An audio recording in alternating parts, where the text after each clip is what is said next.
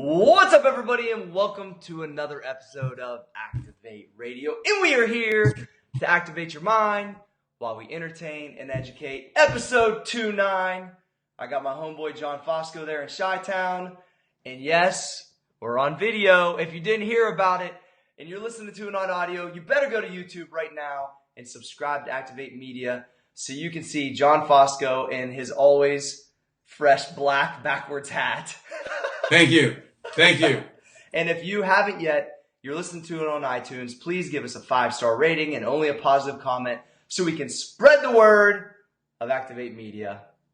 Dude, what I got to say is this, man. You know, obviously we check on our work and we listen to our podcasts and we watch our podcasts. And I don't know what your take is, but seriously, guys, if you're not watching this on YouTube, you're missing out because, okay, I did the test the other day. What I did is I plugged my computer into the TV and I watched our podcast on mute. Mm-hmm. And I was laughing my ass off. Was it the episode where you were doing the Ultimate Warrior thing?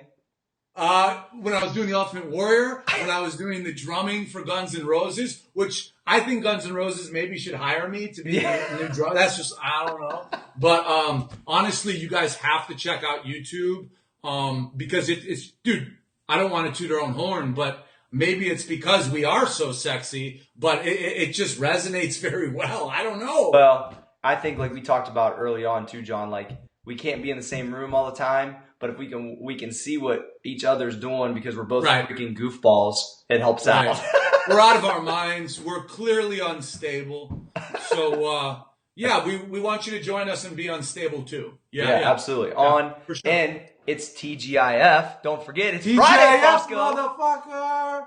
It's Friday. So, let's talk about Kobe out the gate. What the hell is my dude dropping 60? I got to call you out, Cory. I got to call you out. He ain't your dude. Your dude is LeBron. He is LeBron. Okay? I agree. My dude is MJ. Yeah. Kobe is the closest iteration to MJ. And we talk about it all the time. All our listeners know greatness has a killer instinct that can't be controlled. And if anybody thinks that Kobe Bryant went into that game not knowing he was going to crush it with his old body and his busted up knees, you're out of your mind. That man walked on that floor knowing he was going to make a motherfucking statement and walk off into the sunset. No question. And I'm an MJ guy more than a LeBron guy. I want to set the record straight by far. I grew up in the same time frame. Just because I ain't from Chi-Town. But check this out. I agree. He is the closest iteration to MJ by far. We graduated high school around the same time. It was kind of crazy to say he's been with one I thought this is what they said on SportsCenter, for 20 years. I know he's had a few major injuries, but to ball out 20 years, to score 60 in your final game, to muster up that gamer mentality one last time. You walk out as a 5-time champion, 18-time All-Star. Dude, Well, here's the thing, man. It's like this. I will be the first to admit throughout his career, dude, I could not stand the guy. As a Jordan fan from literally birth just about, I thought he was a ripoff, right? I thought he wanted to be Michael. I thought he talked like Michael. I thought he tried to play like Michael. But as time went on, it's like an amazing singer that you don't like, but you just have to respect because they're so fucking good at their craft. Yep. And I think Kobe has shown, especially this year, I think he's shown maturity, and I think he's shown that, man, you can debate it all you want, but he is in the top 3, top 5, no doubt, of all time. And I actually like the guy a lot more now for showcasing that he is such a gamer. And then he has some respect. You know what I'm saying? Well, what's interesting to me is this goes to show, 1, how busy I am. 2, how the world's evolved. I saw the highlights on Snapchat. I haven't even seen the highlights. I got to admit it. So, in the spirit of I saw Kobe's highlights on Snapchat, John, I'm about to snap you right now. John Fosco is amazing. So make sure you follow us on Snapchat at Activ8 Media so you can watch us build this company. Make sure you see the daily videos and whatnot. Yeah. But that right there is epic, Fosco, that's going out right now. That'll go out on Cory. You like that? You like absolutely. That? Listen, I can teach you. I know. Hey, I know. But listen, Kobe, one more time. I got to give him one of these because I don't know if anybody could have predicted that. It was, I think even Magic was impressed, dude. I mean, everybody was in the house. Kanye, Jay-Z, they were Snoop. They was all there last night. It was a true like LA kind of send off, and so I'm happy for the guy. For sure, and it's just an example that if you are great and you have that killer instinct, you can turn it on and turn it off when you want. And the point is, the guy doesn't turn it off; he just turned it up. And for that, I give him one of these as well. The mind is the what Maurice always used to tell me. The mind is the servant to the body. Exactly. The body is the servant to the mind. That's what it is. So what's that? Kobe came out. The body is the servant to the mind. So Kobe. Okay, gotcha. So Kobe come out and he mentally just said, "Hey, my knees don't hurt tonight. My jumper's wet. Like I'm gonna beat you because I want it more. That's it. Exactly. That is the difference between him and LeBron, right? For sure. I think that's the difference between him and everyone in the NBA at this point. The only guy that I think is on his way to becoming that kind of competitor is Russell Westbrook. That guy is just a ruthless competitor. Yeah, I would agree with you. Yeah. Sure. Yeah. Tell me about our homeboy who was in Pittsburgh last night. Now I'm a Steeler fan. Ooh. I was up in the Pittsburgh area doing some work yesterday. The terrible towel was part of Donald Trump's town hall last night. No, it wasn't. Oh, it was. It was. Do tell, Fosco. What's that? I said, do tell. The terrible towel was given to him because he made it very clear. He said, listen, if I'm not given the nomination and I'm beating everybody by 2-3 million plus votes, if the establishment thinks they're going to take it from me on a technicality basis, this is going to be a bloodbath. This Republican Party is going to get cut in half. All my voters are not going to show up, and we can all but guarantee a Hillary Clinton victory. So, a lot of people think Donald Trump is being ruthless. Mm-hmm. Like we talked about earlier, Donald Trump is not being ruthless, and I'll tell you why. Because anybody in his position, if you look at the history of politics, they don't always reach that magic number of delegates. But if you're leading the field by such a gap, when you get to the convention, they grant you the nomination. Sure. Okay? Now, they're calling technicality on him, and he's saying, listen, I'm a fighter. Don't fuck with me, dude. Mm-hmm. If you fuck with me, if you fuck with the bull, you're going to get the horns, right? Yeah. And they might be fucking with the bull, but I think Republican leadership knows that Hillary will slaughter them if they turn on Trump. So eventually, I think they're going to have to turn. But at this point, literally, it looks like it's going to be a bloodbath. But he probably just looks at it like a straight business deal to him, John. That's how would you feel, Cory? If you were smoking everybody Yeah. and the establishment was like, well, on this loophole, we're going to take all your votes from you. We're going to re-vote. And the people that vote aren't going to be the people. They're going to be delegates that we put in place. And Ted Cruz might beat you. How would you feel? I'd be fucking swinging, bro. Oh, yeah. I mean, in any case. And so he's used to the boardroom, so he's going to flex his muscles. So not the boardroom on TV, neither. The real boardroom, like he's dealing with, real estate in Manhattan. That's how that shit goes. So it's exactly. So how do you think it's going to turn out? What's your prediction, Fosco?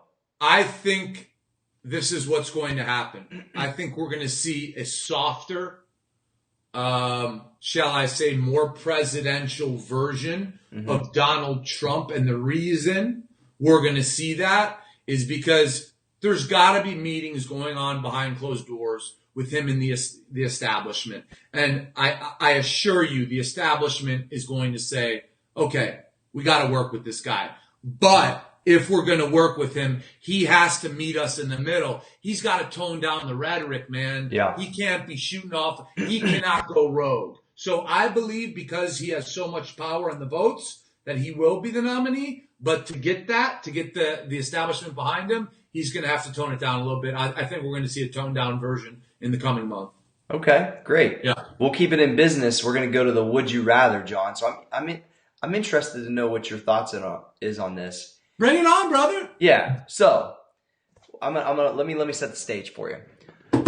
So would you rather have a really nice, let's say that both businesses do $1 million, a retail store, let's say clothing, let's say supplements, supplement background here, that does $1 million, or would you rather have a 6-stall car wash that sits right beside it that does $1 million? What, in your mind, which one could make you, quote unquote, real wealth? And from an operational standpoint, which one is sexier to you too, which I think has a lot to do with it. So would you rather be a retail store that makes $1 million or a car wash, like a single-owned car wash that makes $1 million? For sure. So if you were to ask me this question 7 years ago, without a doubt, I would have said the apparel store, because my plan is if I'm doing $1 million at one location, I can clearly scale up and either get investors or take my revenue and open a second and a third and a fifth. But here's the reality of it. If you're making $1 million selling apparel, all that money that goes into revenue, you have to replenish the apparel with. Now, if I'm making $1 million at a car wash and I'm answering this question today after having experience, I'm going to car wash in a heartbeat. Okay. Number one, my labor does not exist. That thing runs on autopilot. I'll take all the quarters you want to give me because they add up to dollars. Yep. Dollars add up to Benjamin Franklin's, and Benjamin Franklin's build my houses. Okay? So I would go with the car wash in a heartbeat because your net profit is going to be significantly larger, and I'm not interested in building an empire at this point. I like it. I would say car wash also because the gym itself is... My dog is barking, Fosco. You might need to give him a right left. Brother. Listen, we're not cutting this thing. I'm going 10 seconds to get the dog. I'll be right back. Fosco, talk. I got you, brother. Hey, I want everyone to look at that plush, brown, beautiful leather chair that Mr. Gregory sits in as he casts his pod all around the internet. Look at it. If you're listening on SoundCloud, if you're listening on iTunes, you better get your ass over to YouTube so you can look at Mr. Gregory's beautiful leather brown chair. But you know what? I'm going to talk a little bit more about the car wash versus the apparel store. It's very... We're live, Fosco! I was talking about your brown leather chair, brother. Dude, listen. This wasn't the dog that was barking, so hopefully she won't bark. Dude, don't make me go get Bambino. Don't make me go get Bambino. Hey, all right, so here's the deal. With the gym, you have two different kind of scenarios with the gym. You have the key card access, which is similar to the car wash. You don't have to have any type of... Are you talking about the apparel store? I'm looking at... So if I look at the car wash as like my gym would be. So like my gym is kind of an automated deal, right? We don't have to have staff there. We're good to go. And so... that model wasn't how I initially started the gym. We had to have people there. Got it. We had to pay out the overhead. Once you understand that, hey, I don't have to be there, the members can let themselves in. Huge. It's the same as depositing those quarters in that car wash. So to me, retail is cool. The markup is good. But to me, not messing with the actual, like, the person on staff, it makes your life way easier. Dude, because let's face it, management is a motherfucker, dude. Yes. Listen, we have good people. We work with good people. Yep. But at the end of the day, in business, the hardest thing to find is good people. So if you can automate a business that kicks you cash, man, grab it. Yeah.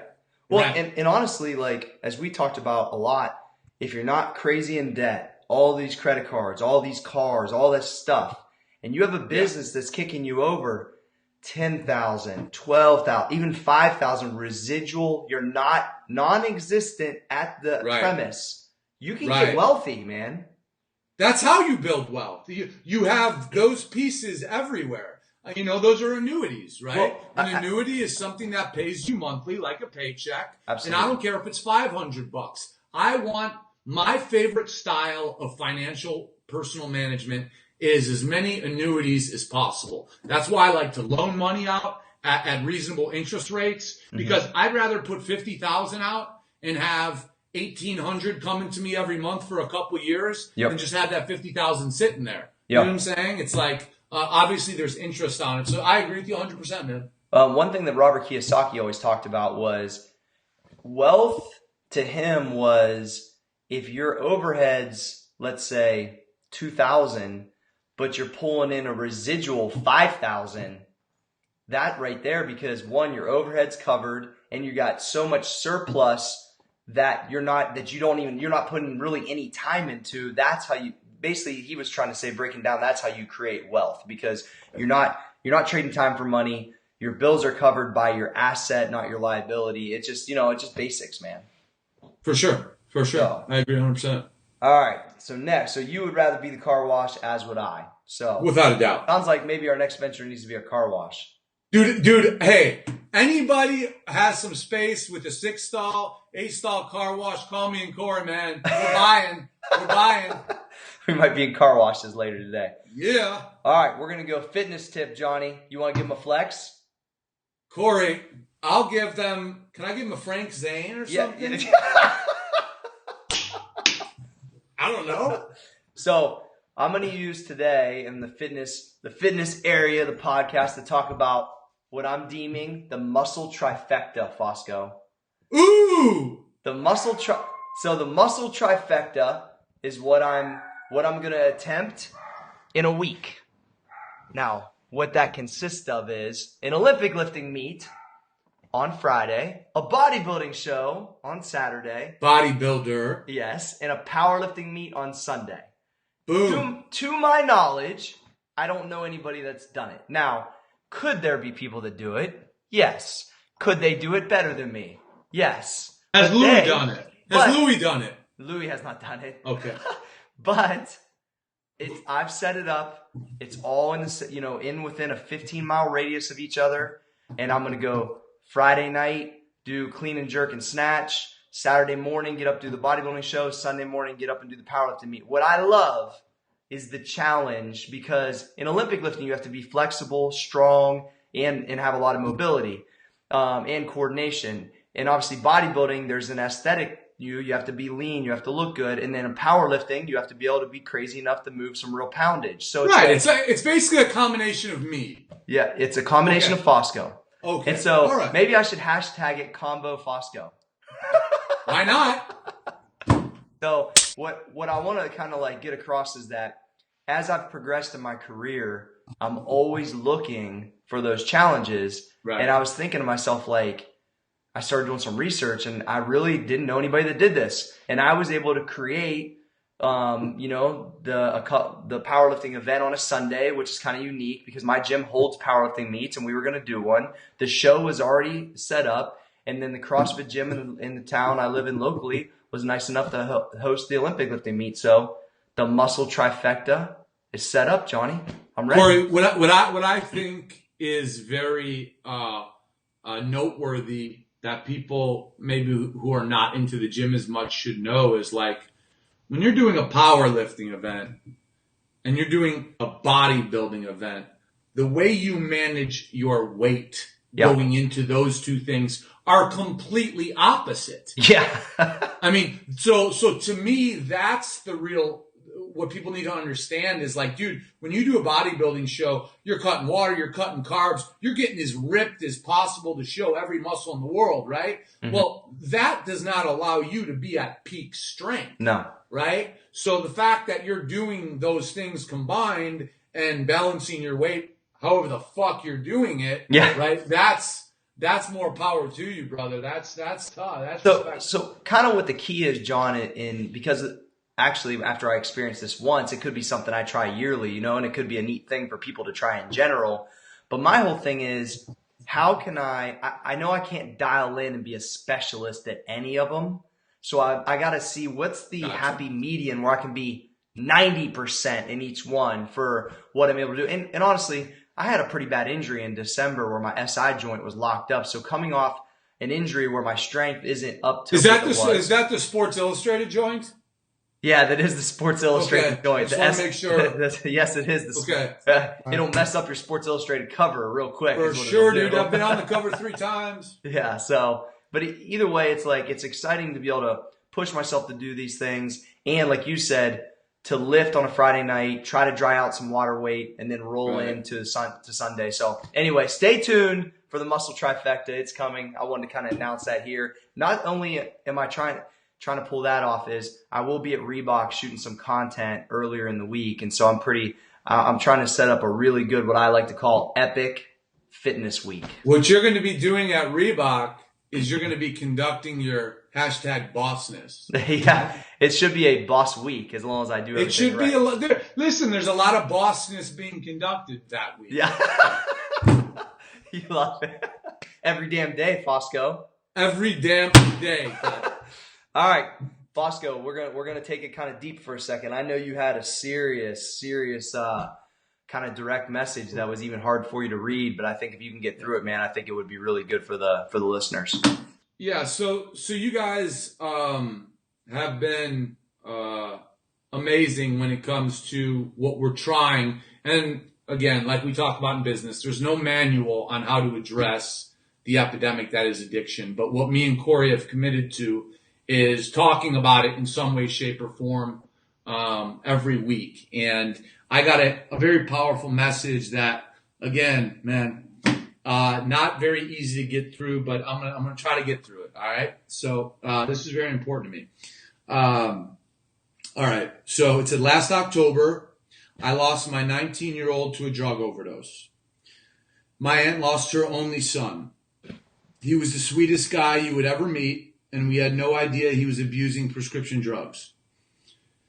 I just started listening to the podcast, and I had to let you know how grateful I am to you and Cory for teaching such a massive group of young men and women to work hard, do their best, and take care of themselves.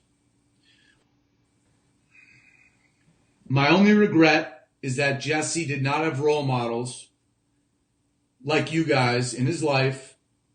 I know you're not perfect and I'm not perfect, but it's so inspiring to listen to your story and get to know your work ethic. Plus, you guys are hilarious. Thank you. Thank you.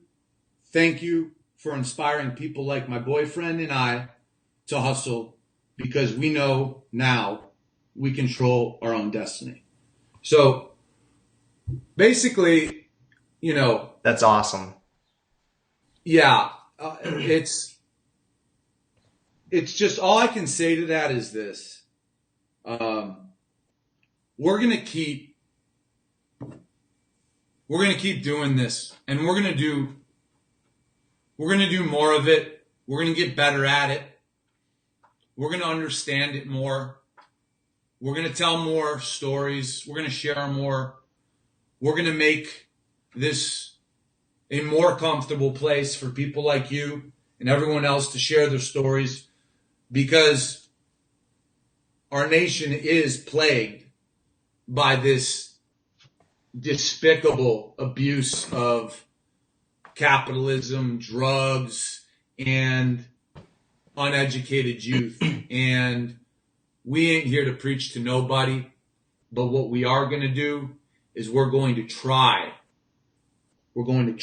to help you and your families every fucking week, twice a week, actually every damn day. Hashtag. That's Fosco's hashtag. But no, it means a lot to me, and you know who you are. Thank you for sharing that, and keep them coming, right, Johnny? Keep them coming. Now we're gonna go. You good on that, John? Yep. All right, we're gonna roll into. We got some questions. Yes, sir. We're going to start off with an actual question I'm going to read from Paul Pavlich08. I know Paul. I see him on Cory Fitness all the time. What's up, Paul? What up, P? Yeah, boy. All right. Speaking of balance, I'm sure the La Familia would love to hear a discussion on do's and don'ts of balancing dating with respect to your priorities from both Cory Fitness and John Fosco's perspective. Oh, wow. Boy. Seeing that one found his wife on spring break and other, well, he did what I did on spring break. Well, that's what I thought I was doing. It just turned out to be something else. Yeah. Go ahead, John.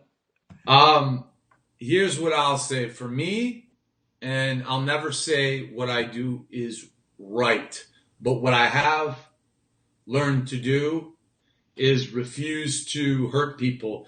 So when you're dating and when you have a serious career, you obviously find yourself in positions where somebody likes you and you like that person, but like everything else, there's priorities in life. And for me, I have chosen to prioritize my business over any relationship because for me, I'm not saying it's right, I believe that that relationship will distract me from achieving my full potential in business. So what I have learned to do is date, and I do date multiple people. Go ahead and give your phone number out, Fosco, for all of the beautiful ladies. But what I do is I'm straight down the middle, like everything else. I say, listen, I work all the time. Why don't you have a girlfriend? Why don't you have a girlfriend? I don't have a girlfriend because I'm going to tell them, I told them the same thing I told you, I'm going to tell you, right?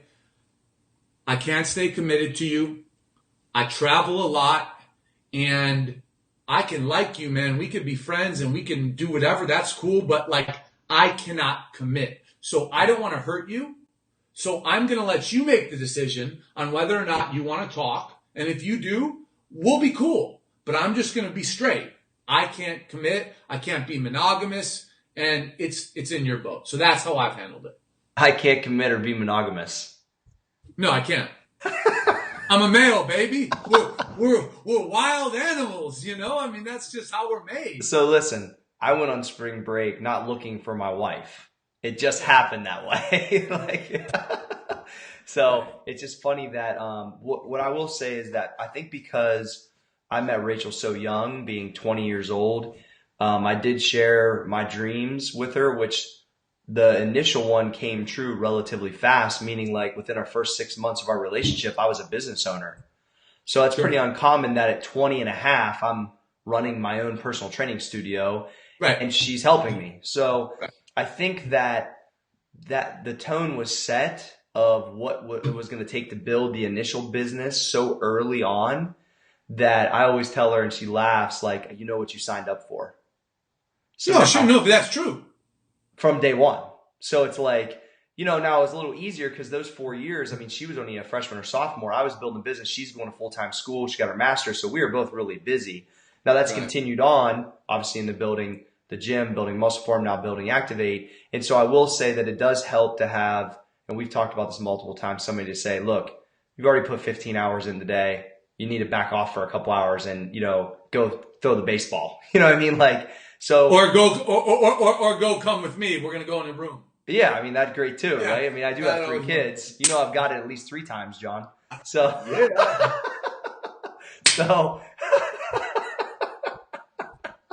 sorry, everybody. Anyway, so I think it's one of those things like you have to set, John, I think it's great that you set those expectations out the gate.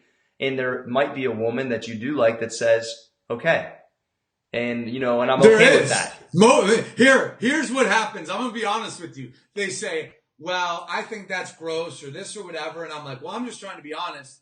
Man, my phone rings a day later and it's like, hey, you want to go catch a movie or something? So like they end up being okay with it, but we don't end up being boyfriend and girlfriend. But what I think may happen is, guess what? I'm not closed off to if one comes along that I think, you know, like you found your wife, you knew it, right? Yeah, absolutely. If I know it, I'll know it. Yeah. Until that day, I'm going to be me. Yeah. That's a great way to end that one. There's some good ones in that. Next question was, I didn't write down who it was from, but they asked about the multi-level marketing industry and what we thought about it. And so I worked in that industry off and on for years, but we never really talked about this before, John. So I'd like to hear your take, and then I'll throw my 2 cents. Absolutely. I think it is a good, not great, I think it's a good sales trainer. You are taught in multi-level marketing to hump it, man, to knock on doors, to call friends, I always say when you start selling something in any system, you start in your circle, friends and family, and then you work your way out. That's how any good salesperson should work. So I think you could learn a lot of great traits from multi-level marketing. If you have some kind of skill set or some kind of business sense, guys like me, guys like you, and a lot of other people, we're not fans of, quote unquote, having a master or having someone above us that we're working for. I'm going to eat what I kill. Yeah. You're not eating what I kill. No. Okay? Or you got to give out my shotgun if you're going to eat what I kill. Yep. So that's my issue with it. But for young people who need sales development, I don't got a problem with it. Yeah. What I like about it is you hear a lot of what? No's. You hear a lot of no's. And I think that helps you thicken up your skin. And I'll be honest, like, network marketing was one of my ways, not directly as a rep per se, but the industry was one of my ways out of trading time for money from a standpoint of a service industry. So I'll kind of frame it up for you.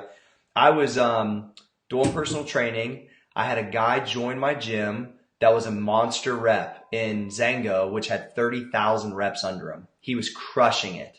And you did clean house. Cleaning house. And so he said, he obviously recruited me because he was a recruiting stud. I followed what he said. I read the books. And I ended up building an organization, John, of 1,000 reps underneath me. I probably never even told you this before. Oh, nice. Yeah. So this is when it started. This is when I started to understand residual income. This is about 2005 or 6, maybe. During Christmas time, personal training was always light because it's an extra. So people, I'll skip my training this month. Right. And then January it goes boom. Yeah, exactly. Right. So I remember very clearly walking out to my mailbox, and I open it up and I get my check for the month. What's $3,200 in residual from the reps? And that month, because my personal training was down like about 50%, which was kind of normal. I usually planned for it.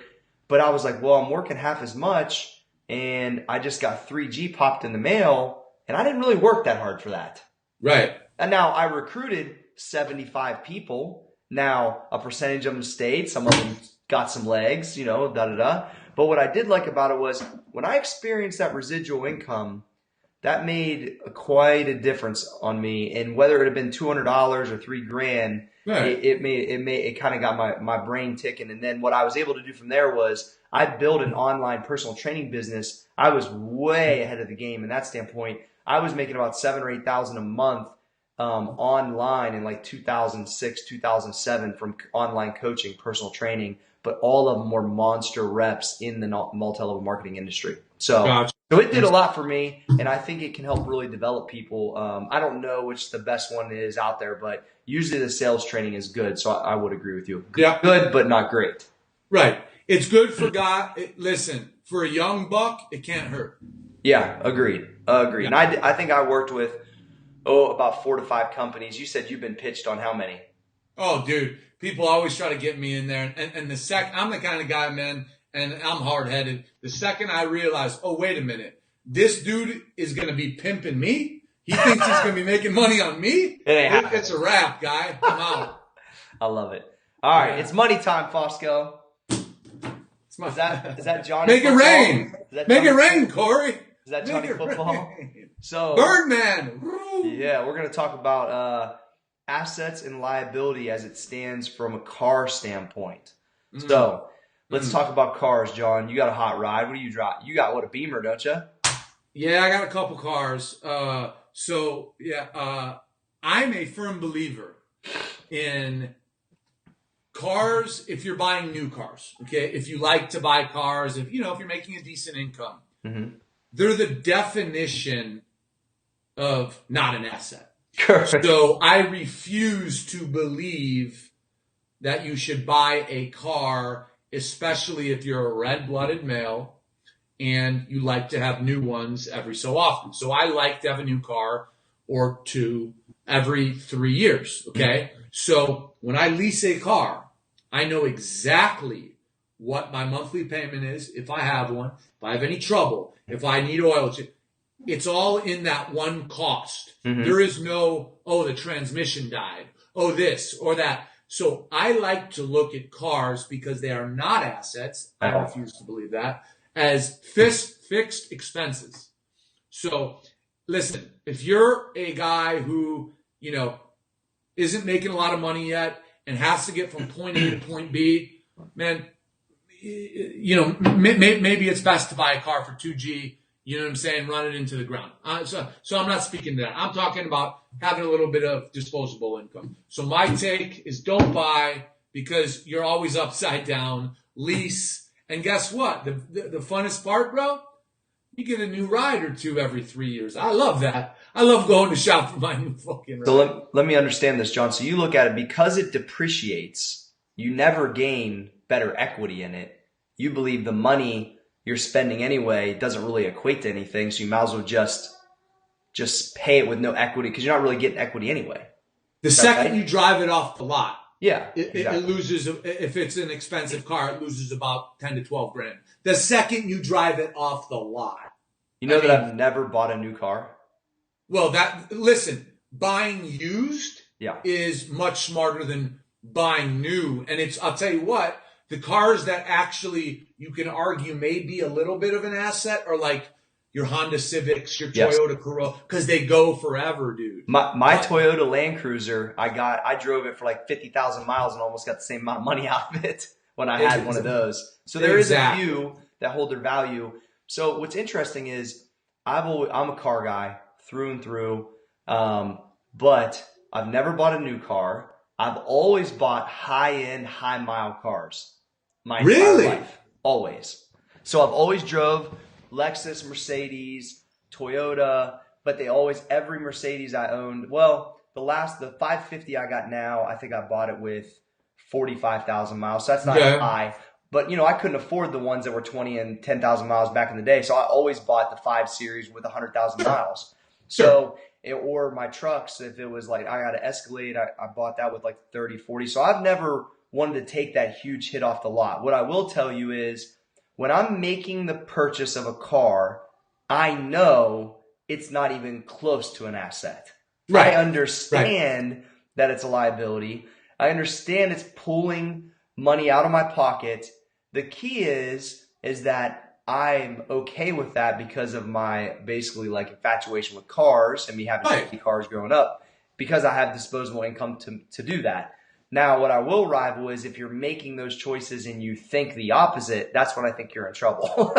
Well, and there's one difference between buying used with high mileage and leasing is if I have any issue, it's included in what I pay. Sure. If you have an issue and you buy, if your engine if something goes, you have an unexpected expense. And for me, I hate unexpected expenses. That's why I will lease something new. Sure, it's expensive, but I don't spoil myself with much. I work hard, I work long, and at the end of the day, like, dude, cars, I'll spoil myself with a car, But outside of that, that's about it. My thing was always like coming back to the green Mercedes that you love the picture of in the mindset, flexing in front of, was at that time. That 5 Series was it was in 2005. I bought it. It was the 95 or whatever it was. So I was looking at, okay, this S500 caught with 100,000 miles, which looks like brand new, is going to cost me 12 to 15 grand. Or do I spend 12 to 15 grand on a Honda? I just couldn't do it, dude. I listened to too many. I couldn't do it either, bro. No, That's my problem. I got problems. And you got that picture, bro, forever. You got the picture. So epic, dude. Listen, that's why it's in my presentation, bro. Like you just sums it up right there. Dude, I will never forget that picture. I'm going to have to post that picture as a TBT just because I might have to do it. Just so people know I'm fronting, man. I've been like this forever. Exactly. You got to do it, dude. It's Listen, awesome. I wore hey, my son, all right, you'll like this. My son asked Rachel. He saw my prom. Well, first of all, I got 2 epic prom pictures. My junior year, I wore tuxedo shorts and Adidas's, right? To prom, which was epic. Bossness. So the top half looks the same. Bottom half, tuxedo shorts, black socks, Adidas's. Epic. All right, so that was my junior year. Senior year, I went Kangol with a cane. The whole with time, a cane? With a cane, right? Straight. It's a wrap, dude. Guys. Straight big daddy home. cane. Go home. Because once I knew that we had a catwalk for like prom court or whatever, I thought to myself, if I wear a Kangol and I pimp walk down this thing with a cane, it's over. My God. Oh my God. So dude, I'll give you 10 grand for that video. Yeah. If someone has video, I'll give them $10,000. So 10,000. Anyway, my son sees a picture of the cane and goes, dude, I want that picture. Rachel goes, he goes, Mommy, why does Daddy have he's used to me wearing Kangols. I wear them all the time. He goes, why has Daddy got a cane? Because his leg hurts?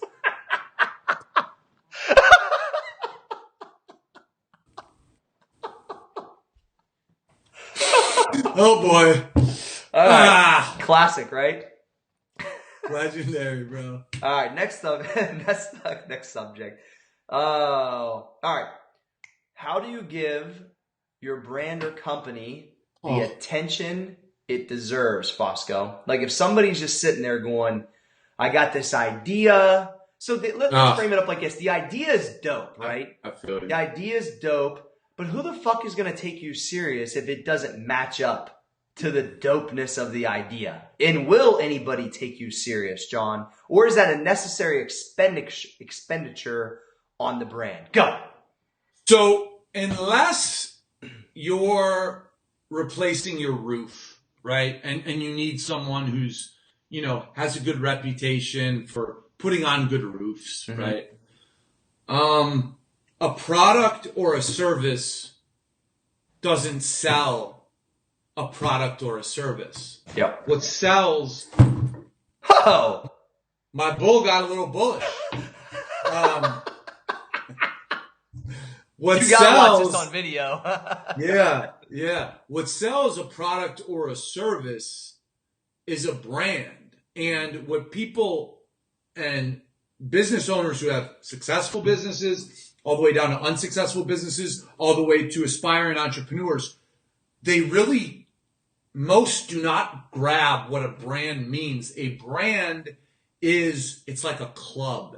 It's like if you represent the colors, right? If you represent North Face, right? You're part of something, right? If you represent Reebok, you're part of something. When you sport that, that's what a brand does. It creates this feeling. It's an emotional thing. And creating a brand truly has nothing to do with a product or service. And you'll see this often. You'll see some pretty shitty products move and make a lot of damn money because the brand is so fucking tight. So what people need to understand, man, is that like money needs to go into creating a brand. And I use this on our sales calls, but it is the best example ever. Okay.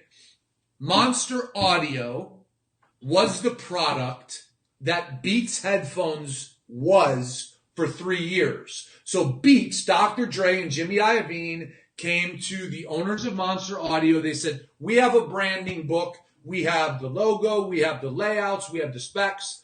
We want to license your headphone. The exact same headphone that's on the shelf. But we want to put it in our packaging and put and make LeBron wear it. Well, yeah, but the product, right? Look at it like this. It's a Ford Taurus. And Mercedes went to Ford Taurus. Hey, we just want our Ford Taurus. We're going to stick the Mercedes logo on there. And then 3 years later, when the license was up, they separated from Monster, said, Monster, thank you for giving us your product. Apple's going to buy us for $2.7 billion, while you have been in business for almost 30 years and you're doing 80 million in revenues. We just took your product that you do about 14 million a year in revs, and we just sold it for 2.7 billion. Why? Because Beats is the definition of a brand. They made it cool to sport that B, right? Yeah. Like, it was an emotional thing. When you wore it, man, you were part of something. You still are. That is a brand. It almost like within 36 months became like a cultural thing with the athletes. It was the it thing, dude. Look, it was a must-have. It was a must-have for the youth. If you played high school basketball, you're warming up with those Beats on. It's like if you're an athlete, I mean, that's what branding is. That's what it is. What we're talking about on offline, that's why we're doing it, Johnny. Right there. You're damn right. I mean, you guys, honestly, take a look at Activ8. What are we making lamps? Are we selling shoes?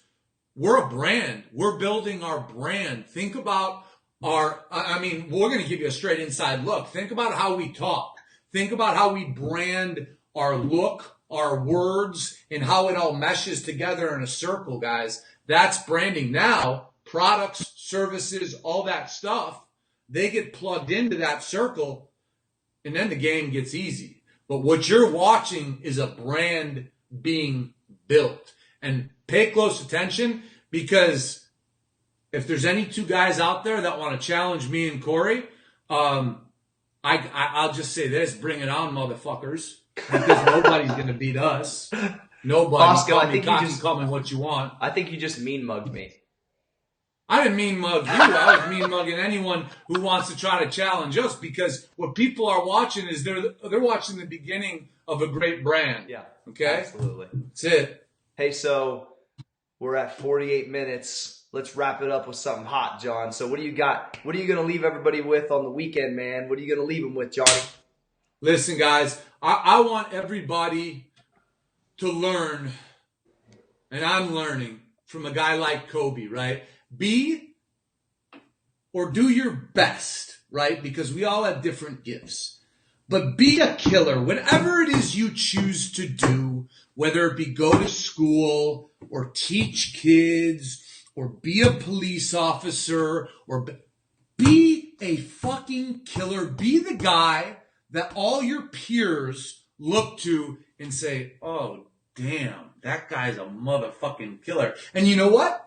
Being a killer doesn't mean you're the best. Yeah. Being a killer means ain't nobody gonna outwork you. Yep. And if they even try, you make an example of them. So let's be a killer. Let's take this weekend. Let's recoup. And then let's be ready to go to work on Monday and go kill some shit. That's what I got to say. I'd agree, man. I think it's like whatever your wheelhouse is, whether it's locally, regionally, domestically, internationally, like be the boss in your industry. It's because of work. And I always say this when I go speak. I was actually just watching a talk I did a little while ago, and it was a room full of young people, a lot of people in shape. I was like, look, there's at least 3 to 4 people that are leaner than me in this room, that are stronger than me in this room, but it doesn't mean that you can have my spot. Right, you ain't going to beat me. Because you ain't going to beat me. And so I want to make that like real clear that it isn't some genetic thing. It isn't. Right. There's no silver spoon. You know what I'm saying? Like it's like I did on that the Activ8 Daily video where I got my coal mine lunchbox, which you liked. Like it's all about that work. And so once you find that purpose, once you find that passion, you're in your wheelhouse, you put the work in, and I think some pretty amazing things can happen compounded over time. So we'll leave you with that for the weekend. John, wrap it up, buddy. Hey guys, listen, we hit some fun stuff. We hit some very important stuff. We hit some serious stuff, and I hope we were able to deliver some value to you guys, because that's what we strive to do, and that's what we're gonna continue doing. Are you Snapchatting me? I'm Snapchatting you for your final like ending of the podcast. Gotcha. Okay. So when we go into the weekend, we like you guys to do this. Celebrate your work. Celebrate your work. Celebrate your effort. Enjoy your family. Enjoy your friends. Thank whoever it is that you believe in that you have them. Appreciate them. But guess what? Take a little time every day to get fired the fuck up, to go be a motherfucking killer at work on Monday. Okay? That's what I want you to do. This is Activ8 Radio. We are Activ8 Media, and have a hell of a weekend. Yeah, boy!